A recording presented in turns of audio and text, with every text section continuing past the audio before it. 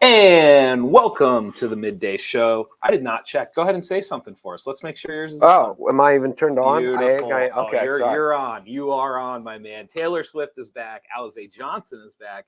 You want to give some administrative applause, as I like to call it. A little AA to end the show with. Maybe some afterthoughts. Welcome to the almost Emmy-nominated Mid Show. Mark, how are you feeling today? Good.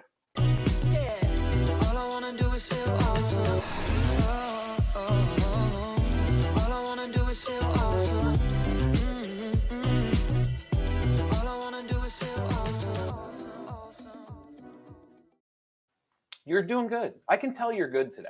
Some days, like, you seem like you're not, like, you're kind of antsy, or you're kind of like you're kind of like not completely in. Like today, like, you're very intuitive. Well, I mean, you know what this is like because of like just gym schedules. Sure. And so last night was a night that because of Halloween and there were no football games I had to go to. My kid had no events. I say kid because my other two are in college.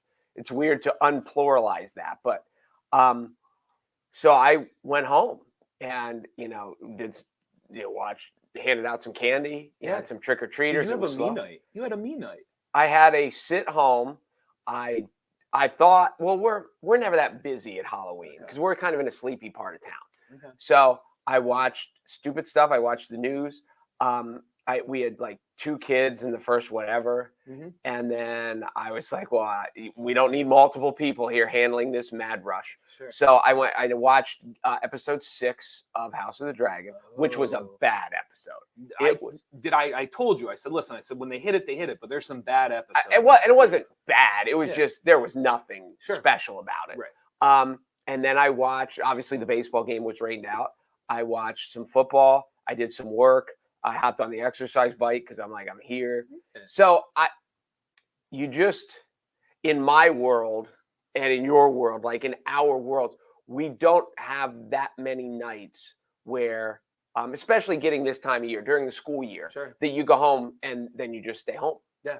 And so I had one last night and it was good. I won't have one for a couple more nights now, and then I'm happy for it. What you should have said was you went home and you listened to the Taylor Swift album from start to finish. You know what's funny? No skips. I have some Taylor Swift albums. She is, how should we say this? Somewhat talented. Okay. And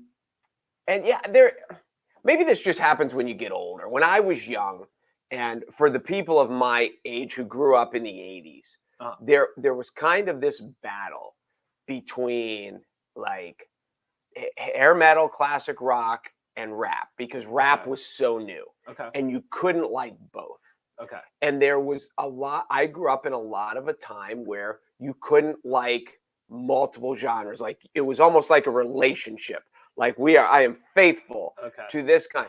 And as you get older, we started seeing the crossovers with the country acts and the rock bands. And obviously Aerosmith and Run DMC kind of changed music when they did Walk This Way. As you get older and you realize there are so many, even the genres that you don't really love, there are great songs.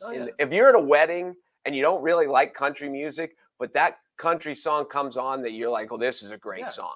And so I love Gaga. I think Gaga is really talented. Mm-hmm. Christina Aguilera, I think, was underrated. Yeah. I obviously Taylor Swift is one of the great. She will go down as one of the great musicians of all time.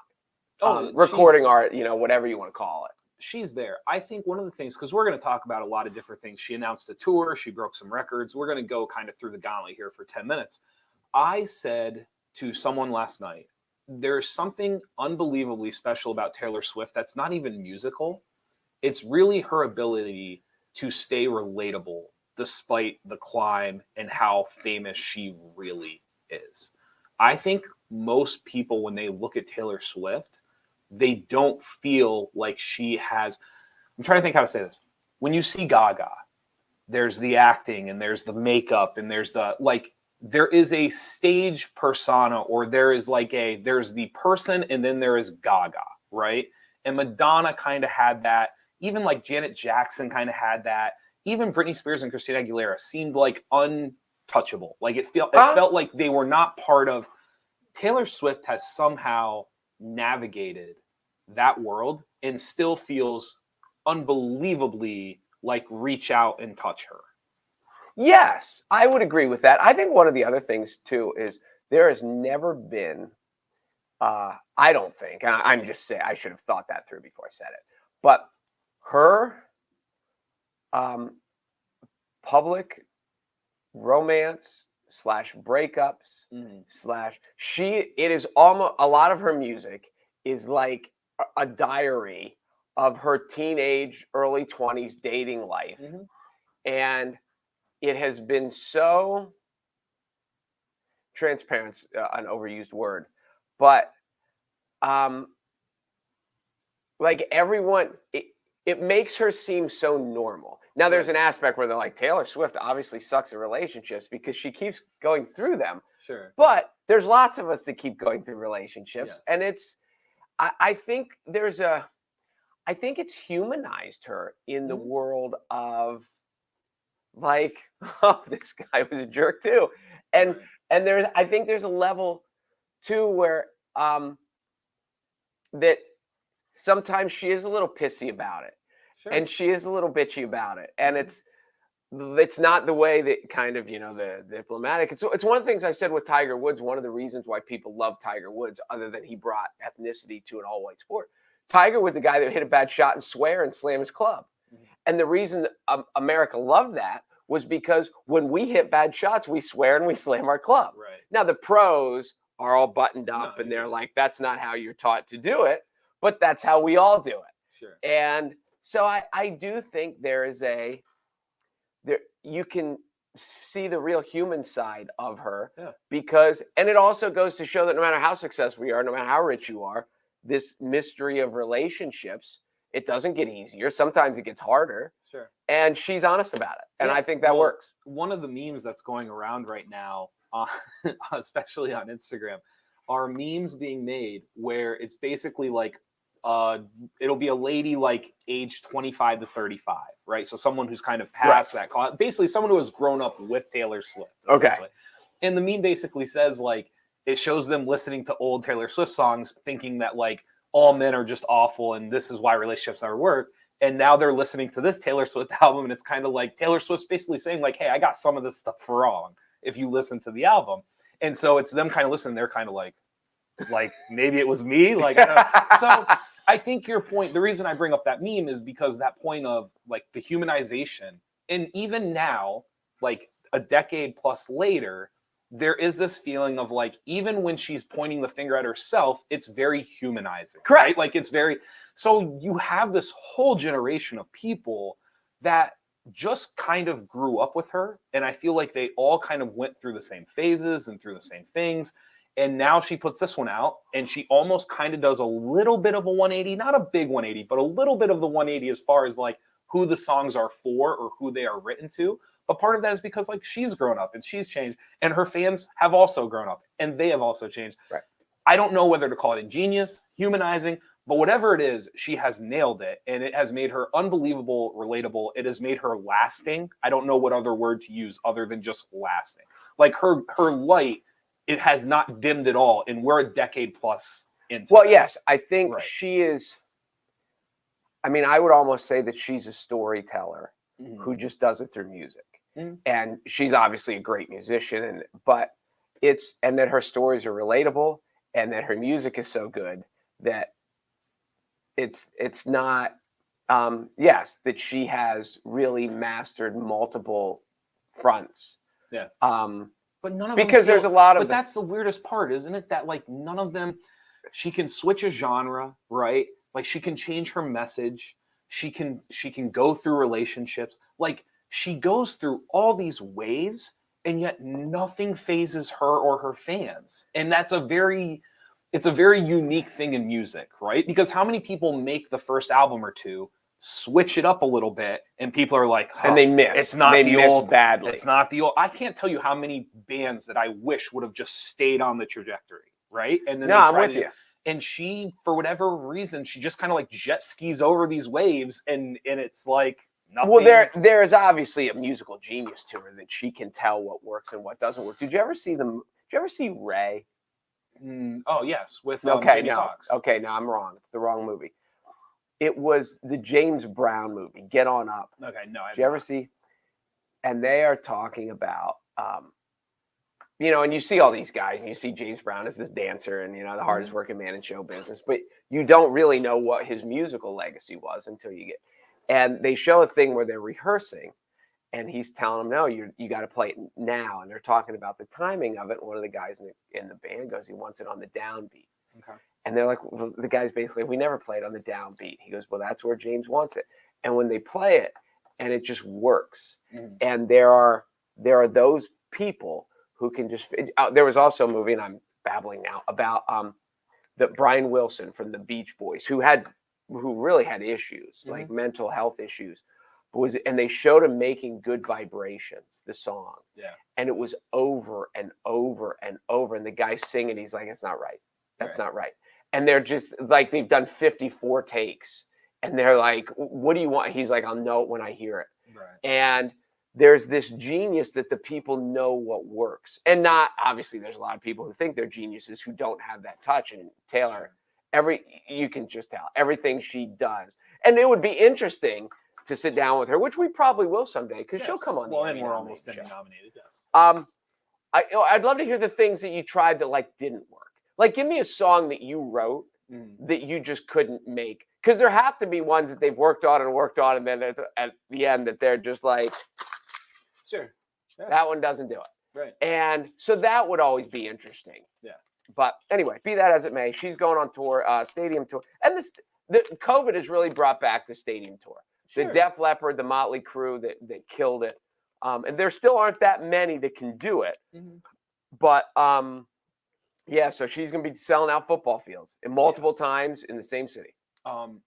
And possibly adding a third. Like, I could see them adding a third show. I mean, that's how ridiculous. Just think, if you've been waiting this summer, who else is going out? When's the last time Taylor hit the road? It was before COVID, obviously. Gaga was out last year. Like, all these people that were dying to get back out went out last year. Who else is coming? Sure. She's going to be the biggest tour of the summer. She may double whoever the next biggest tour. I agree. And she's adding, I think I told you, she's doing an international loop. She's going to Europe. She's adding an international loop on the end of it. Can I read you some of the records I read you yes, yesterday? Yes. Some of these are really, really interesting for you, like music nerds or anybody who's interested in this stuff. So Taylor Swift, she is the first artist ever to have all 10 top 10 songs on the Billboard Hot 100. Her new album dropped Thursday? Okay. Yep. And so if you go to the Billboard Hot 100 right now, she is number 1, 2, 3, 4, 5, 6, 7, 8, 9, and 10. First artist to ever do it. Drake almost did it once, but only had 9 out of the top 10, not 10 out of the top 10. I think, too, there was this was on the album chart. After Michael Jackson died, all of his Bad, Thriller, Off the Wall, Dangerous. Right. He had some enormous number of albums that, because everyone just started going out and buying them again. But yeah, 10 out of 10 is pretty good. I would argue you can't do that. Just throwing it out there. She also, some of these are like a little, I don't want to call it iffy, but some of these are like very touchy, right? Like they have very specific records. Another one, she passed Drake and the Beatles for the most titles from the top of the Hot 100 in a single week. Her monopoly of the top 10 best those acts, each of which infused the top 5 for each week in 2021 and 1964, respectively. So the Beatles in 1964, Drake in 2021, Taylor Swift in 2022. There is a Drake-Taylor Swift conversation to be had. I don't know if we'll do it today or not. But there's two things with the Taylor Swift Drake thing. One, the I wonder if people, because they're so kind of like opposite spectrum, I do wonder if people realize that really is the race when you talk about musical streams and records. The race is Drake and Taylor Swift. Right. I don't think most people, but here's the thing. You say now. Because of the way it is, yes. But I'm saying like the all-time stuff. Like, yes. I think like, not to put down the Beatles, and I'm sure people go through and do the math and they go, well, if the Beatles would have been alive in 20, I totally get all of that. I'm just here to let people know, old, young, in between, when you are talking about all-time records, the race is between Drake and Taylor Swift. No, I get it. The Beatles are no longer in the race, and that's not a knock on them. I'm just saying. It's because time. It's like saying that, somebody now is a better 3-point shooter than Larry Bird. Correct. Well, the game's changed, and they just shoot more threes. Correct. So, yes, no, I do get it.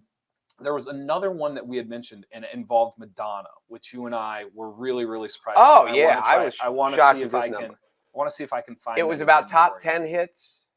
It was about top 10 hits. It has here. I want to see. She passed. Really Madonna had almost 40 top 10 hits, which was shocking. I was shocked at that. Yes. So here's what it is. So because she added 10 songs to the Hot 100 Top 10 this week, she now sports the second most in the chart's history. So she had 40, previously tied with Michael Jackson. Swift leapfrogs Madonna, as she now claims the most top 10 among women. Also on that list included the Beatles and Rihanna. So I was blown away by this. So this is the most Billboard Hot 100 top 10s. Drake is number 1 at 59. Taylor Swift is 40. Third all time is Madonna at 38. I never would have guessed she was top 10, top 5. I wouldn't have had Madonna. If it was like a Family Feud game and we were like yelling names at the board, never would have said Madonna. 38, third all time.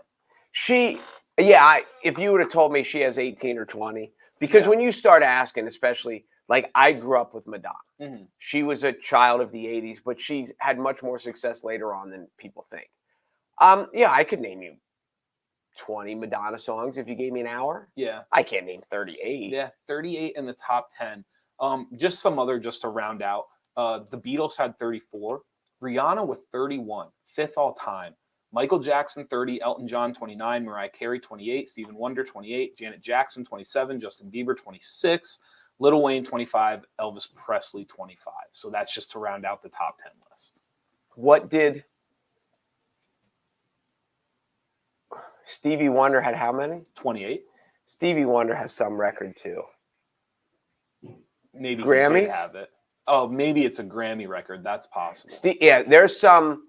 There's one of those categories where I think it's Grammy. I think it might be U2 and Stevie Wonder are tied for the most Grammys. Or there's something that you also don't, because Stevie Wonder started so young. Right. He was like 14 or 15 when he had his first hit. Taylor Swift would have the most Grammys, but now they're afraid to give them to her because Kanye.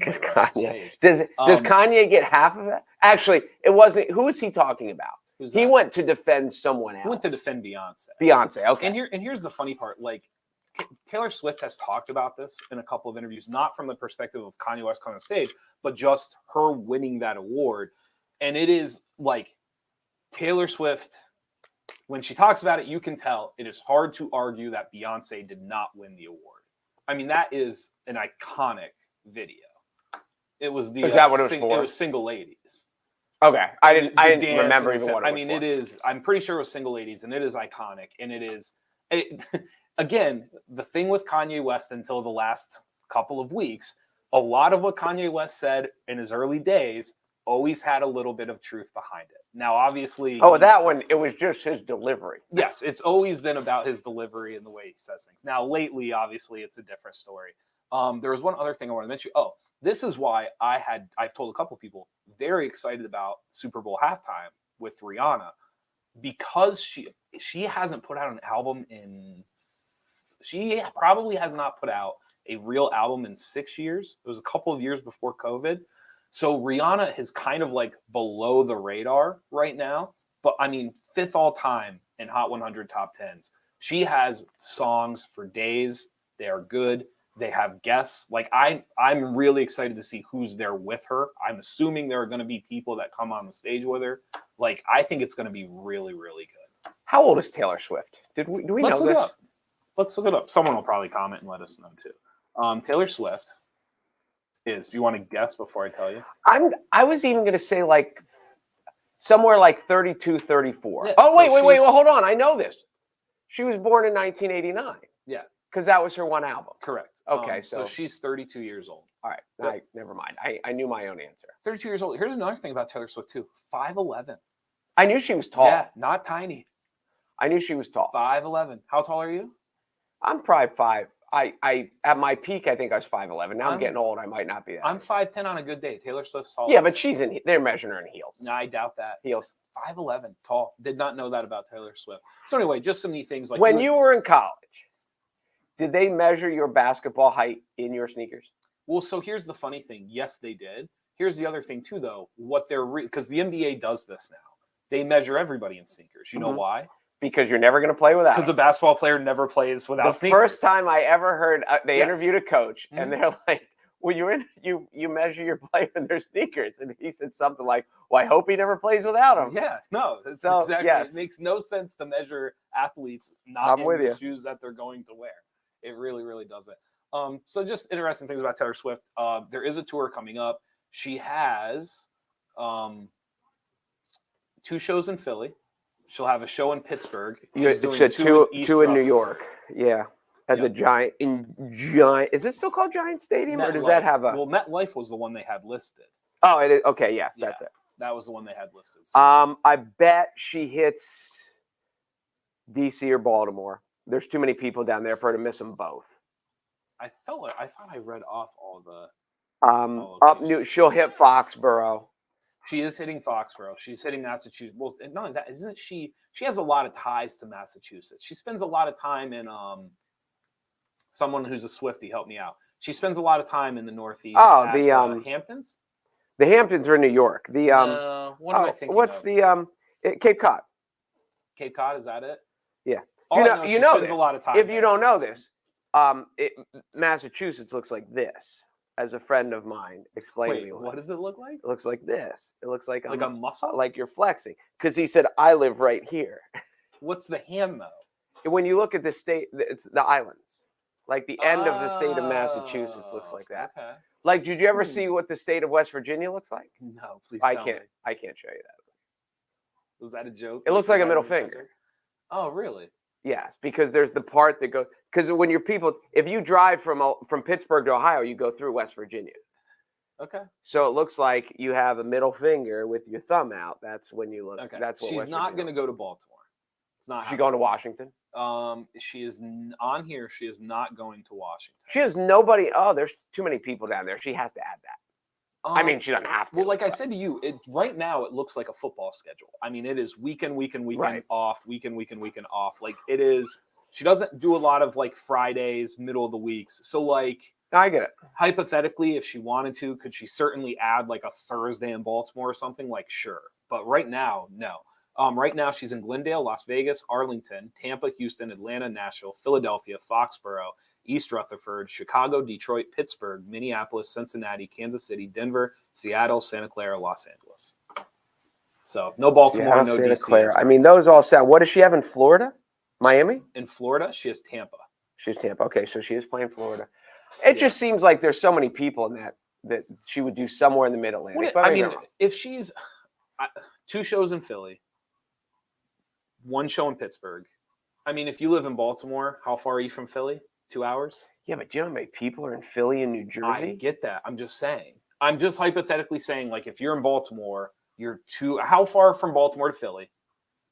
Hour and a half. How far from Baltimore to Pittsburgh? Is that one a little longer? Yeah, 2.5 or 3 probably. I'm just saying, if you're in Baltimore, there's 4 shows you could go to. I get it. That's all I'm saying. 4 shows without having to take a plane to go see her. Yeah. Wonder how long she plays for. I bet you this one. It's called Eras. I mean, she has so many songs. Well, that's what I'm saying. I would imagine this is. Do you remember when Justin Timberlake? Which tour was it? It wasn't for a new album. Justin Timberlake did basically like his ballad. Like this, it's like from start to finish. Here's the best. And I mean, I think they said that show was almost 2.5 hours from start to finish. Now he had like a full. I think they were called the Tennessee something. They had like a full band and they did all these different things. But yeah, it would be such a crazy challenge because, the diehards, when I go see a band a lot of your favorite songs are not the hits. Right. But for everyone else who just wants to hear the hits, like I feel like when you love a band, you always go away a little disappointed because there was stuff you wanted to hear that they didn't play. Absolutely. And if there's anyone who can't win at that game, it's Taylor Swift. Because you can't possibly play every song your diehards want to hear. Well, I've always, so this is a bad analogy, but I really liked Fall Out Boy growing up. And Fall Out Boy, I saw them twice in concert. And one time was not after they had put out a new album. And it was incredible because they just played all the hits, everything from start to finish.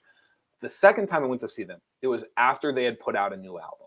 And it's hard. They played 4 or 5 songs. They want to play their new music. Mm-hmm. And so they played most of the new album and then sprinkled in half a dozen, 8 like old songs. And it just wasn't as good of a show. It just wasn't. So my whole thing is like, if I can see one of my favorite performers or bands and they have not recently put out a new album, that is a money show.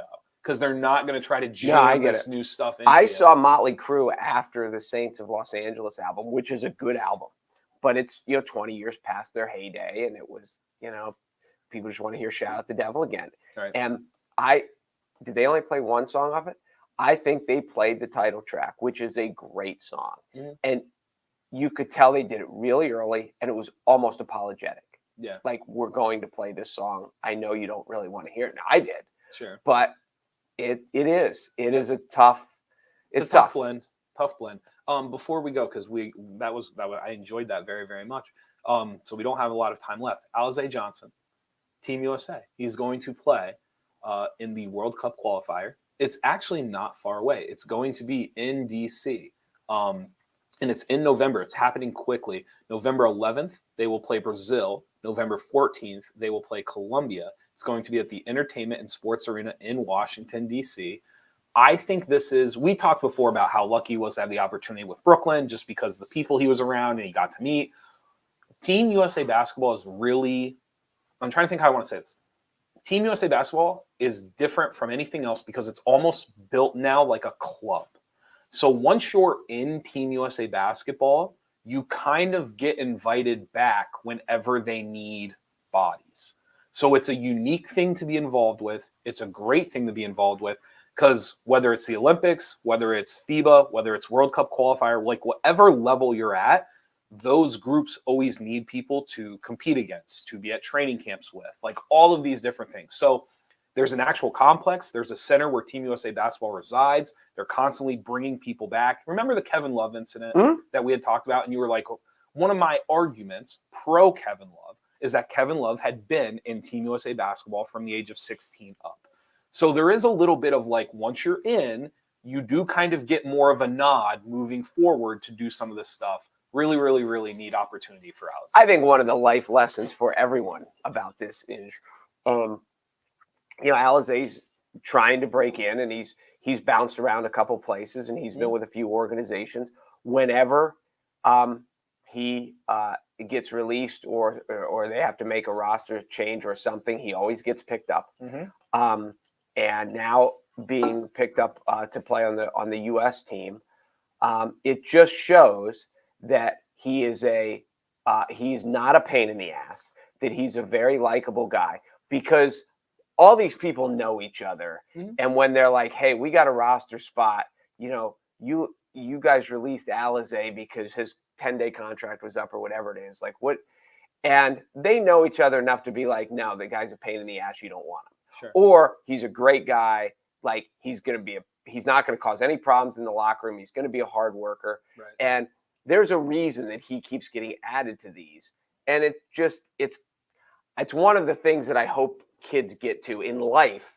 Mm-hmm. If you're good to work with and you're a nice person and you get along, you're going to get more opportunities than the person who's a pain in the ass. Yes, I couldn't agree more. The two things that I want to mention here from the article that's here, Alize Johnson, and then there is another basketball player by the name of, his last name's Sims, Henry Sims. They are the only two making their USA basketball debut. And the reason I want to say that is because what I was kind of hinting at, out of the 12-man roster, 10 of these people have already played for Team USA basketball before. And that's kind of my point. Like, once you're in that system, you kind of keep getting invited back for other opportunities and things like that. So really, really neat. The funny thing, when you said you were reading this to me and you said World Cup. Yeah. So I'm waiting for soccer. And then all of a sudden you're like, Alize Johnson. I was like, oh, wait, there's World Cup basketball. Yeah, the FIBAs, which the FIBAs are, if you're a basketball fan and you've never watched FIBAs, it's awesome. It's honestly It's better than NBA. I think it's better than college. There's something it's fast-paced, 10-minute quarters. It moves. It's quick. And here's the best part, too. FIBA competitions never stack their games because their biggest revenue isn't TV. You said that. So they play back-to-back. So they play back-to-back. So if you're at a FIBA competition, you can almost – it's like being a fan of something, and you are literally getting to see every second of it. And it's the only real sporting event that's like that.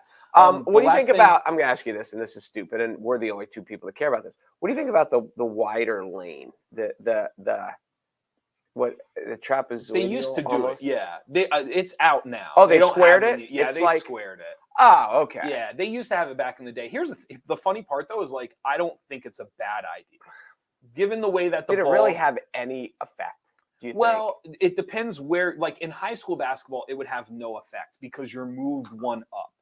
Right. Do you understand? So in the pro game, it actually did make a difference because you line on the bottom below. So free throw rebounding. So here's what happens is if you fill the lane with 4 instead of 3 on each side, there's a disadvantage for the person on the bottom because you are almost under the rim. Okay. I mean, if the person on the left of you gets into, I know, but they might not. Like if a person on the left, you know what I mean? Like if a person on the left gets into you and kind of nudges you first, you're basically with the backboard now. Right. Like you no longer have the advantage of being on the inside.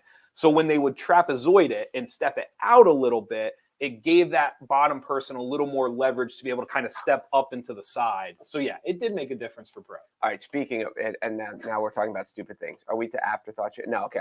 You're I want to throw this in. NASCAR. Jerry told me this. Were you here when he was talking about this story? No, I wasn't. But I think I know where you're going with this. The guy that rammed it into the wall. If you have not seen it, Google NASCAR final lap, whatever. The guy literally did a video game trick at Martinsville, I want to say. I'm not sure what track it was. And it's awesome. Yeah. And he needed it because it was like survive in advance there at that time of year. And he needed to pass enough guys. And I'll tell you. He slingshotted. He slammed it into the wall because on the video game, when you're at this track, you put the throttle all the way down. It's a short track, so they're not running wide open. Like you put the throttle down and you ram it into the wall, and the wall will bring you around. Right. And he did it with like a half a lap to go. He needed to go around people, and everyone's hugging the bottom. Right. He just throttle open. He let go of the wheel. He hugged the wall, and it is awesome. So I just watched today on Yahoo. You have it's like 3 minutes long. They'll show you the last 4 laps. You kind of get all the feel of it. Yeah.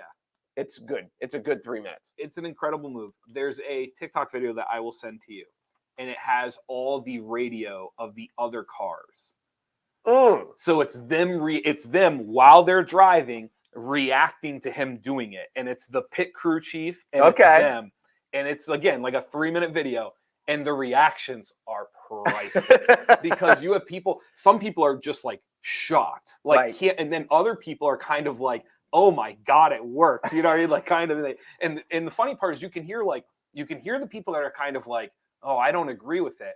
And then you can hear the people who are kind of like, oh, that's ingenious. Like, I wish I would have, or I could have done it, or would have been. So it's funny to hear because competition, sometimes it's hard for you to celebrate the success of others. And so people are going to use that. The people who maybe didn't benefit from it or struggle with competition are going to say, like, I don't like it for the sport. I don't think it was fitting. And then other people, you could hear it in their voice. That was the coolest thing ever. Like, you have grown men basically like gushing in real time. Like, when he had the guts to do it. Yeah. Because it might not have gone he said on the video game, it works. Sure. No one's ever done it on the track, probably intentionally. Yeah. So who knows? But anyway, check that out. It'll be a fun 3 minutes, even if you don't like NASCAR. It's a really, really neat story. The last thing I was going to say about this was David Stockton is on the team, and that is John Stockton's son. So Alize's playing with John Stockton. Yeah. All right, the administrative applause. I just wanted to say this real quick. I almost forgot about this. Oh no, that's okay. Because we always bang on administrators or higher ups and whatever it is when they screwed up. And Montoursville plays Athens in a playoff football game. My kid, is a backup on Montoursville. And when you went on the district website, some games are Friday, some games are Saturday, and whatever. A lot of times the Saturday afternoon games are at 1. Sometimes they're at night. A lot of it has to do with officials nowadays and things like that. But Montoursville was the only one that was listed. The Montoursville-Athens game was to be determined. Okay. It was Saturday, but the start time was to be determined. Well, they finally get back. My son tells me it's at 4. And I said, why is it at 4? And he said, because I think it's a bunch of the Athens kids are taking SATs that morning. And I was like, well, good that I don't know why they didn't want to do it at 7. I'm glad for us at 7 because it's an hour and a half drive. It'd have been colder. Now you got kids getting home at midnight or whatever time it would be. Sure. But that, these kids have booked their SATs. They've already paid for their SATs. It's not that easy to make them up because you have to have testing sites and stuff like that. And I'm just glad that the powers that be, like, we realize, like, we got to figure out a way that we can do this because the SATs are slightly important. Yeah. And I know it's a playoff football game, but still, let's work it out. And they did a nice job with it. So we bang on the district administrators and the PIAA and all that stuff when they screw up, which they do screw up. Yes. But they got this one very right, and good for them. There you go. That's good. Golf clap, right? No? Yes. Yeah, Golf clap. I still wouldn't want to play. When you walk out of the SATs, sometimes you feel like your brain just melted. Sure. So it's not your lead up to a game. Yeah. But it's still, by 4 o'clock, they'll be fine. They'll go shove a Big Mac down their throat and they'll be rejuvenated. Right. They'll be ready to go. They'll be ready. Sneaky story to be had. You and I kind of talked about this a little bit and then we'll get off the air. There was, the playoff brackets were released for football. And there is, what's the right word here? There is more teams than a typical year that are under 500 that made the playoffs.